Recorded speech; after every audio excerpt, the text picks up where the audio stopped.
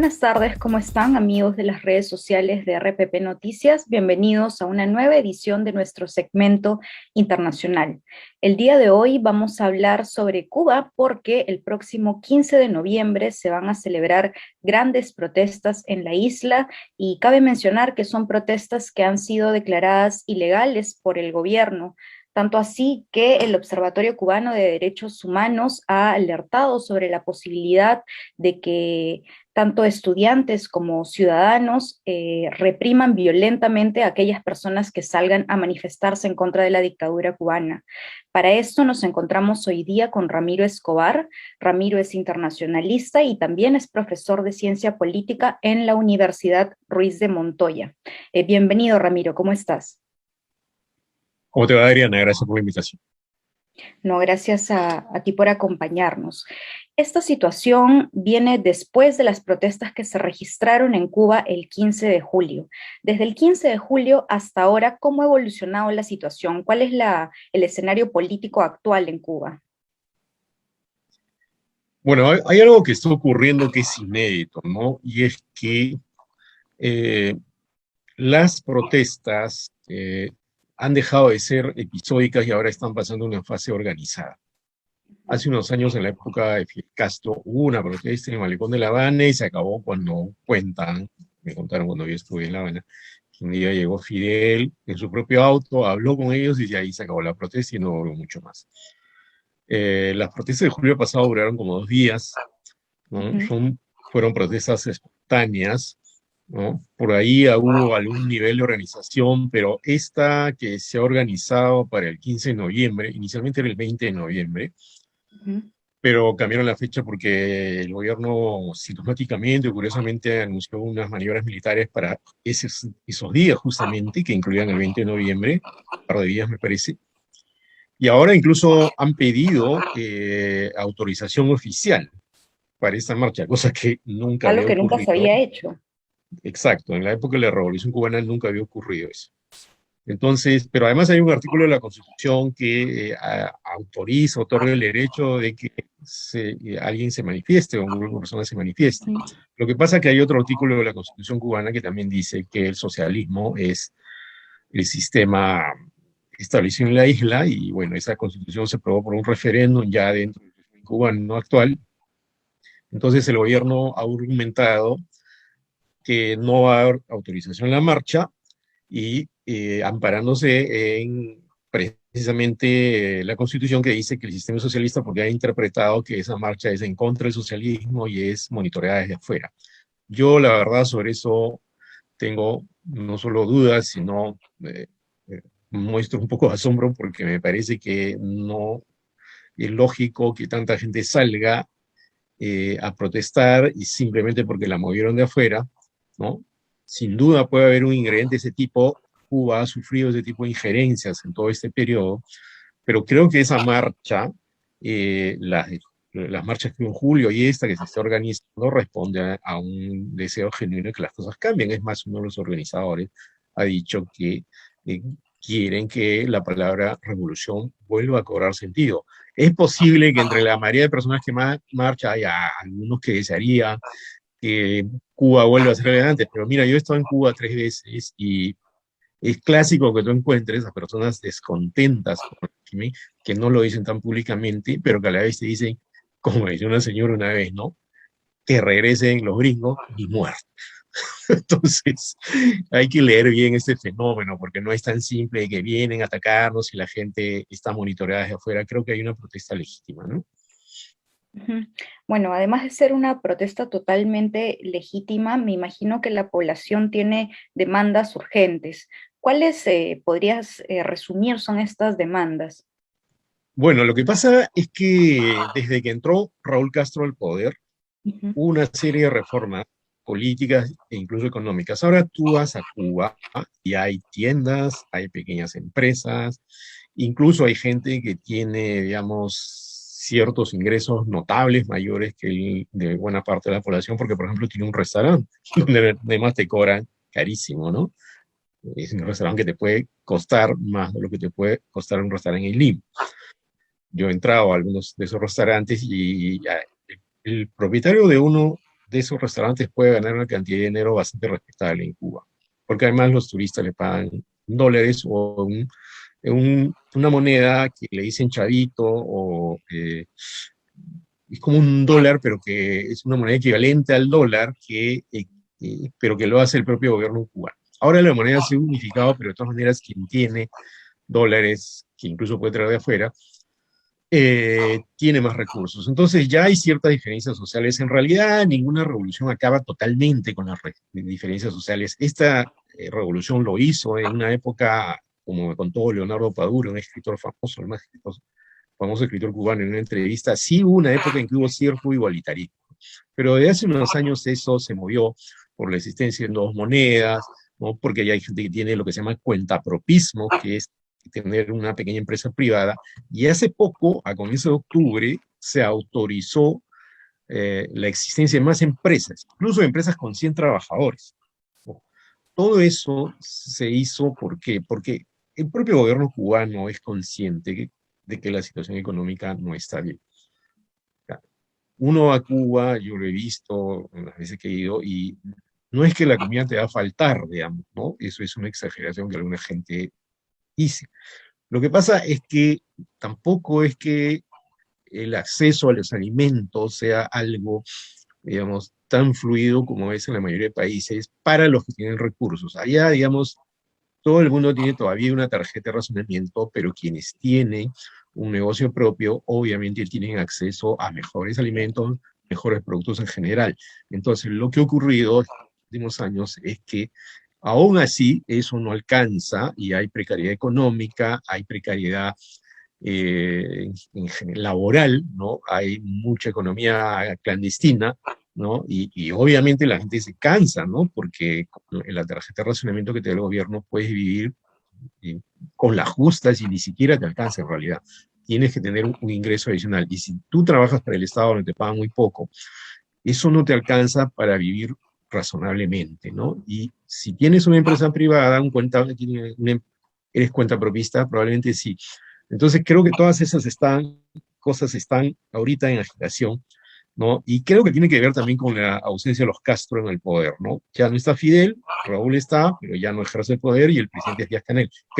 Creo que esto no hubiera ocurrido en la época de Fidel Castro y difícilmente en la época de Raúl Castro. Ujú. Ramiro, se ha reportado, justo estaba leyendo hace un momento, que las viviendas de algunos activistas que estaban organizándose para participar de la manifestación van a ser de alguna forma cercadas por las autoridades. ¿Cómo es que el presidente Díaz-Canel llega a un extremo como este, ¿no? De no permitir que los mismos activistas salgan de sus viviendas. Mira, lo que ha pasado es que ha habido una reunión del Partido Comunista y ahí el propio Díaz Canel se ha referido enfáticamente a ese asunto y ha dicho que no lo van a permitir, ¿no? Y por supuesto ha llamado contrarrevolucionarios quienes están promoviendo esta marcha y los ha acusado de ser agentes del imperialismo, etcétera. Un discurso clásico cuando alguien ejerce algún tipo de protesta en Cuba.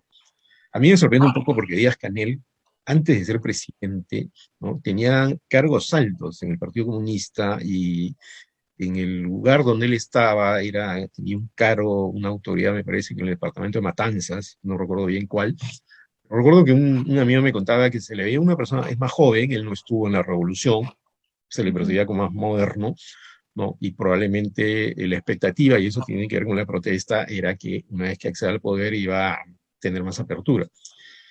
Parece que no está siendo así por las señales que está mandando. Y no solo eso, sino que lo que ha dicho es que el día de la marcha va a haber gente que va a frenar esos intentos de desestabilización. Y eso me parece muy peligroso porque es mandar a la gente contra la gente.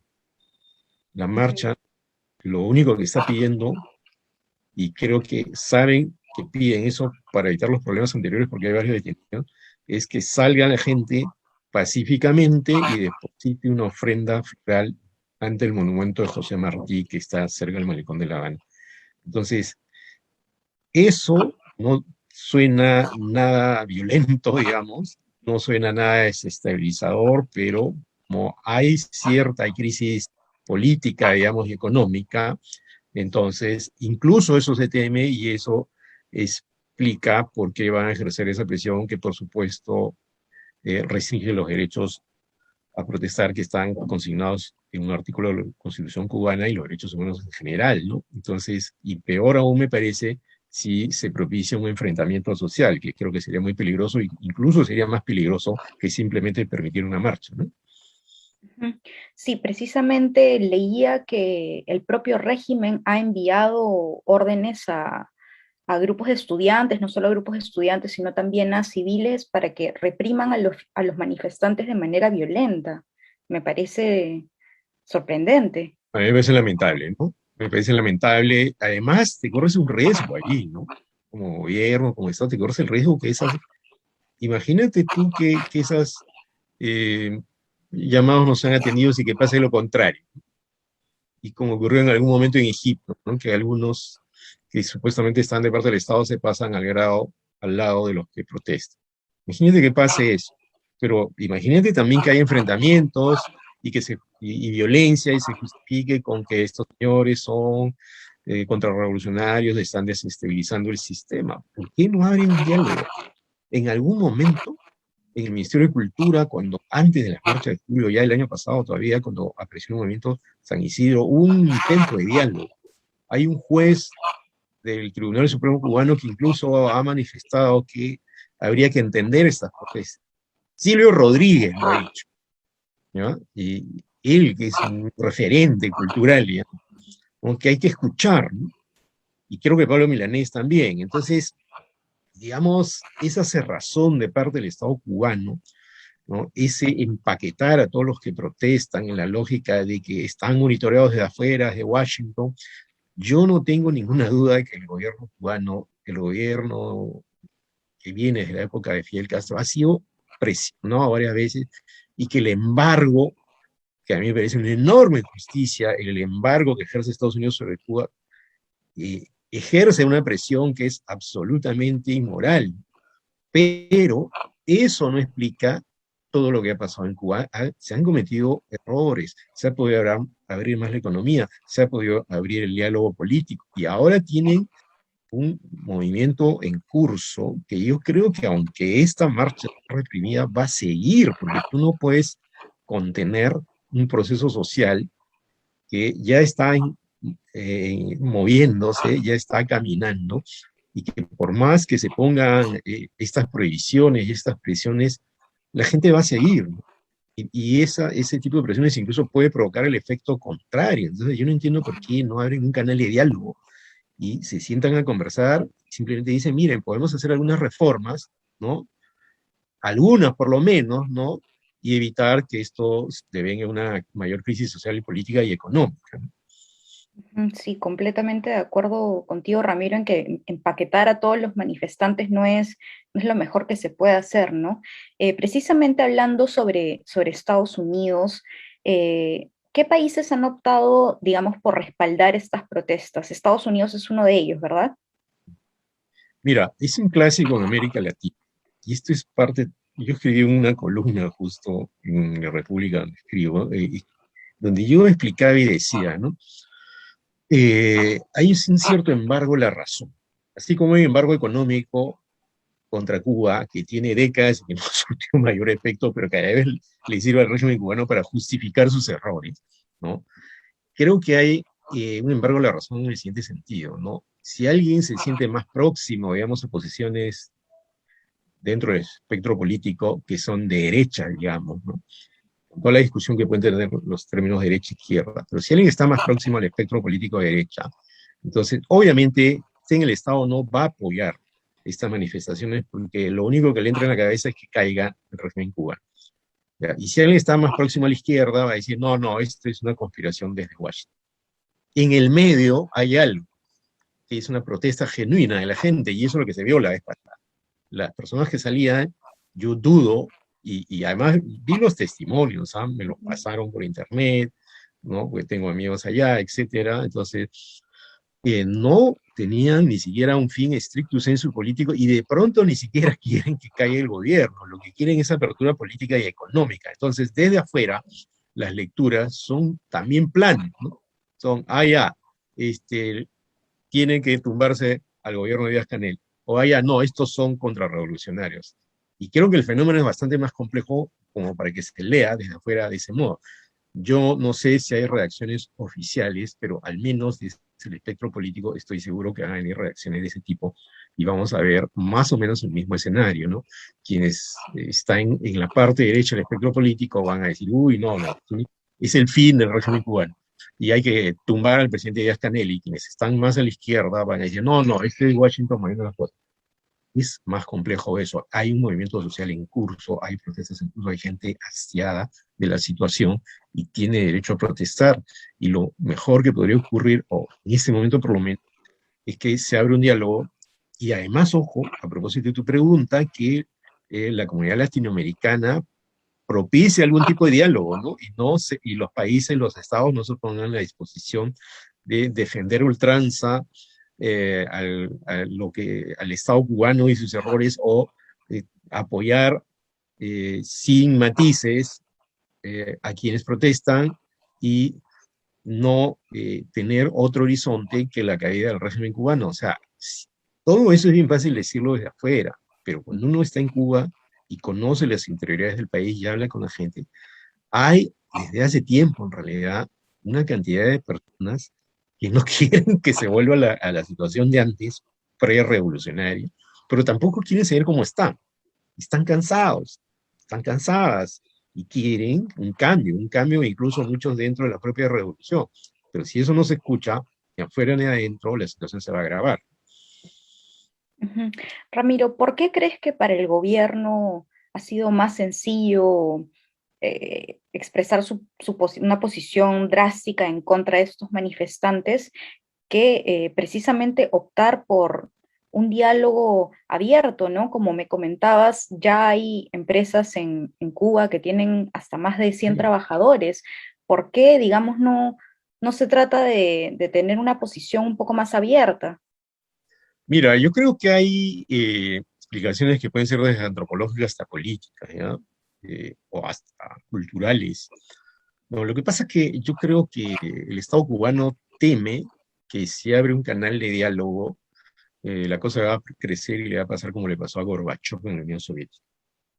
Seguramente sabes por la historia que Gorbachev establece la perestroika y el glasnost. En la Unión Soviética la perestroika era la reestructuración y el glasnost la transparencia, y bueno, y al final se le cae toda la Unión Soviética, ¿no? Entonces yo creo que hay un temor de ese tipo, ¿no? Y hay un temor de que la cercanía con Estados Unidos provoque un cambio que al final se pase de la noche al día o del día a la noche. Es decir, que Cuba vuelva a ser como fue en los años 50 antes de la revolución.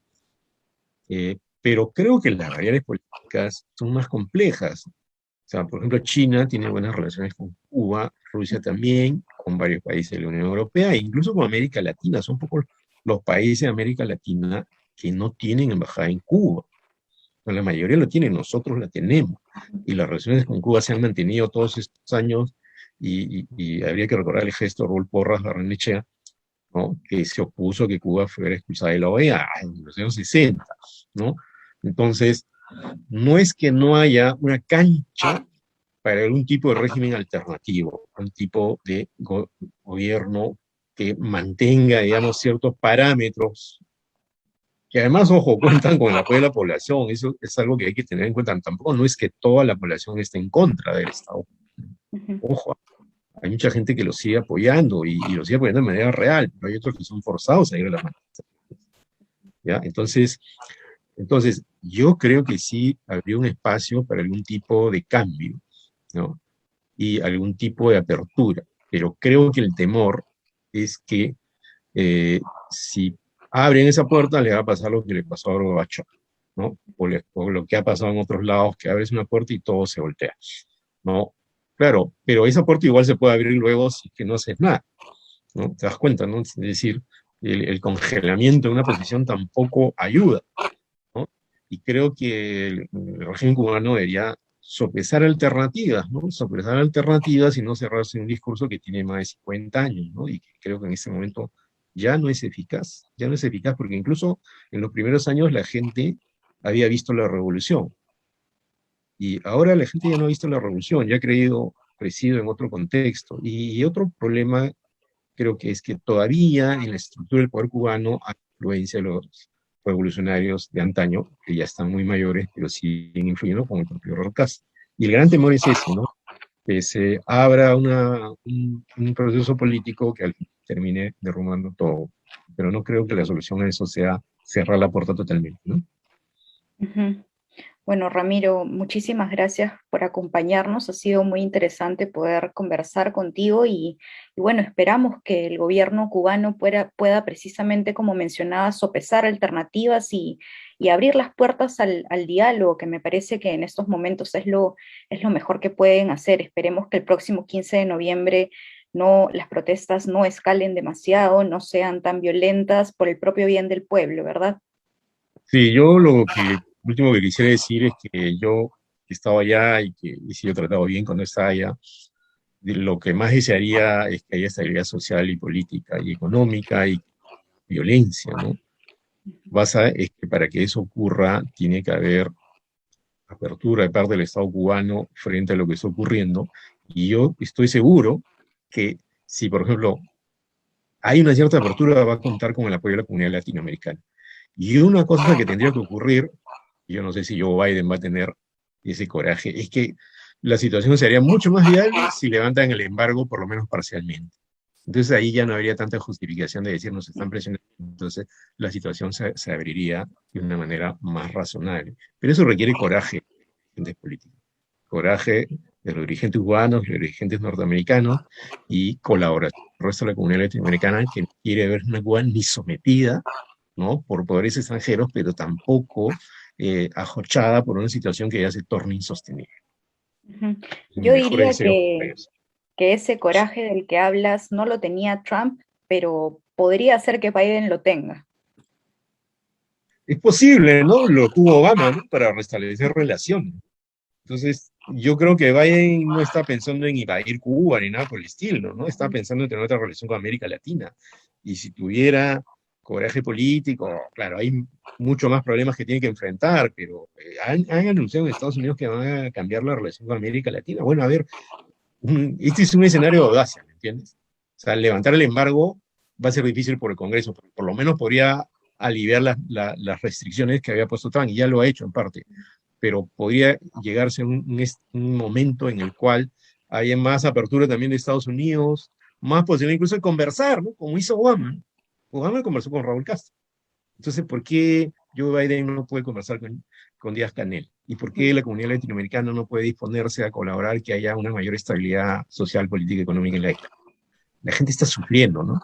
Y eso no se puede desatender. Y eso lo ha dicho incluso, como yo te comentaba, gente como Silvio Rodríguez, pues no lo están diciendo los políticos, lo está diciendo la propia gente, los referentes culturales, los escritores como Leonardo Padura. Entonces, hay que escuchar simplemente y ver qué camino alternativo hay. Mm. Bueno, Ramiro, me quedo con tus últimas palabras. La gente está sufriendo y eso obviamente no se puede desatender. Muchísimas gracias por haber estado con nosotros y por habernos ilustrado sobre lo que está sucediendo en Cuba. Gracias a ti, Adriana, y hasta otra oportunidad. Encantado volver a estar acá para que conversemos. Por supuesto, ya serás una próxima oportunidad y con ustedes también hasta un próximo segmento internacional. Muchísimas gracias por estar con nosotros hoy día. Gracias.